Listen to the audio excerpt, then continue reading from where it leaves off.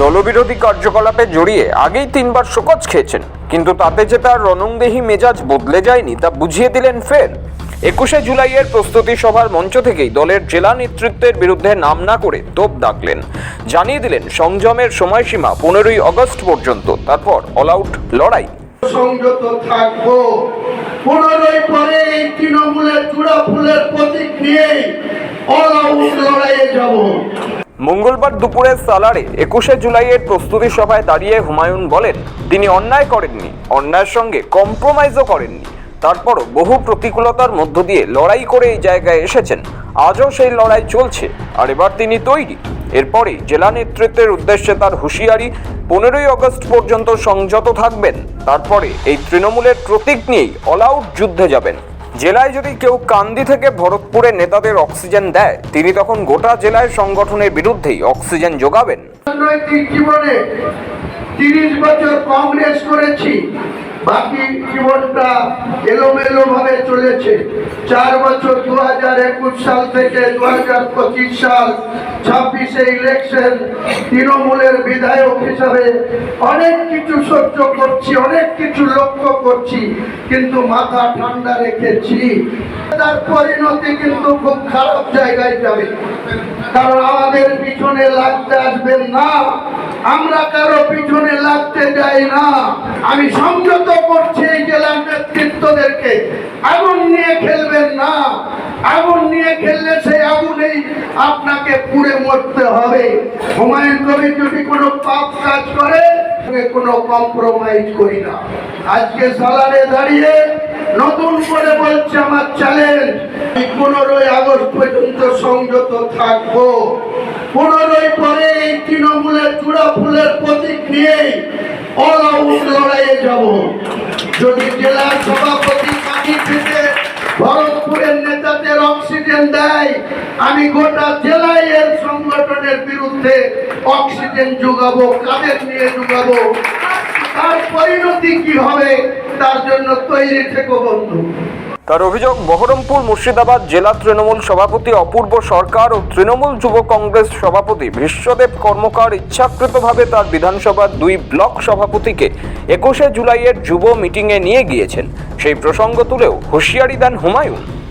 একটা যুব ব্যানারে 21শে জুলাইকে সার্থকতা এনে দেওয়ার জন্য, 21শে জুলাইয়ের প্রচার করার জন্য নবনির্বাচিত যুব সাংগঠনিক জেলা সভাপতি তিনি মোহনমলের ওখানে একটা ডাক দিয়েছিল। কোথাকারও মাদারের সভাপতি সেখানে যায়নি, একমাত্র ওই জেলার যুব সভাপতি এবং মাদারের সভাপতি শুধুমাত্র তাদের কলকাঠি নাড়ার জন্য এখানকার 2জন মাদারের সভাপতি সেখানে গিয়ে দাঁড়িয়ে বসে আছে। গায়ে মানে না, আপনি মরুন। এই জেলার 2জন সভাপতিকে পরিষ্কার বলছি, ভরতপুরে কলকাঠি নাড়া বন্ধ করুন। ভরতপুরে কলকাঠি নাড়া বন্ধ না করলে 15ই আগস্ট থেকে অফিসিয়ালি ঘোষণা করব, সেদিন আপনাদের ক্ষমতা হবে না আমার সাথে মোকাবেলা করা।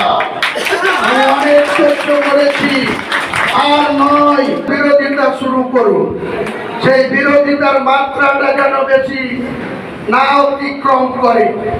অতিক্রম করলে পরে তার পরিণতি কিন্তু খারাপ জায়গায় যাবে। হুমায়ুনের আক্রমণ থামেনি এখানেই, জেলা নেতৃত্বকে নিশানা করেন হুমায়ুন হুঁশিয়ারির সুরে এও বলেন, মাথা ঠান্ডা রেখেছেন, নইলে সাঁইথিয়া ভাঙড়ের মতো ঘটনা ঘটবে। কাউকে খুন খারাপির মধ্যে আমি জড়াতে চাই না। আমি ন্যায়ের পক্ষ থেকে রাজনীতি করে এসেছি। 43 বছরের রাজনৈতিক জীবনে সহ্য করছি, অনেক কিছু লক্ষ্য করছি, কিন্তু মাথা ঠান্ডা রেখেছি। যদি মাথা ঠান্ডা না রাখি, তাহলে সাঁইথিয়ার মতো ঘটনা ঘটবে, ভাঙড়ের মতো ঘটনা ঘটবে। আমি আগাম বলে দিচ্ছি এই জেলার নেতাদের, সংযত থাকুন। যদিও হুমায়ুনের এই বক্তব্যে প্রকাশ্যে আসতেই কটাক্ষে বিঁধেছে পদ্ম শিবির, এড়িয়ে যেতে চেয়েছে শাসক শিবির। দেখুন, হুমায়ুন কবির নিজের পার্টিতেই প্রাপ্ত, নিজের যে কেন্দ্র সেই কেন্দ্রে সে ঢুকতে পারে না। এবং হুমায়ুন কবিরের আজকে যা অবস্থা আছে ওখানে, ওর এলাকার মন্ডল সভাপতি সে ওর কুশপুত্তলিকা দাহ করে, জুতো পেটা করে। অতএব ইজ্জত আর রইল কোথায়? নামে তৃণমূলে আছে, তৃণমূলের বড় বড় নেতারা হয়তো মুসলমান, সেই কারণে ওর বিরুদ্ধে কোনো ব্যবস্থা নিতে সাহস পাচ্ছে না। কিন্তু পরিষ্কার যেই লোকটির আর কোনো ইজ্জত বা কোনো কিছু নেই। অতএব হুমায়ুন কবির এরকম অনেক হুঙ্কার দিয়েছে, বাস্তবে দেখা গেছে কিছুই হয়নি, ঘুরে ফিরে আবার তৃণমূলের পায়েই মাথা ঠেকিয়েছে। অতএব এদের কোনো চরিত্র বা ইজ্জত বলে কিছু আছে এটা আমরা মনেই করি। তৃণমূলের অন্দরেই এই প্রকাশ্য বিদ্রোহে জেলা জুড়ে তৈরি হয়েছে রাজনৈতিক শোরগোল। হুমায়ুনের এই অল আউট ঘোষণার পর জেলা তৃণমূলের সমীকরণ কি দাঁড়ায়, রাজ্য নেতৃত্ব কোনো পদক্ষেপ করে কিনা, সেদিকে তাকিয়ে রাজনৈতিক মহল। ব্যুরো রিপোর্ট, সময়, কলকাতা।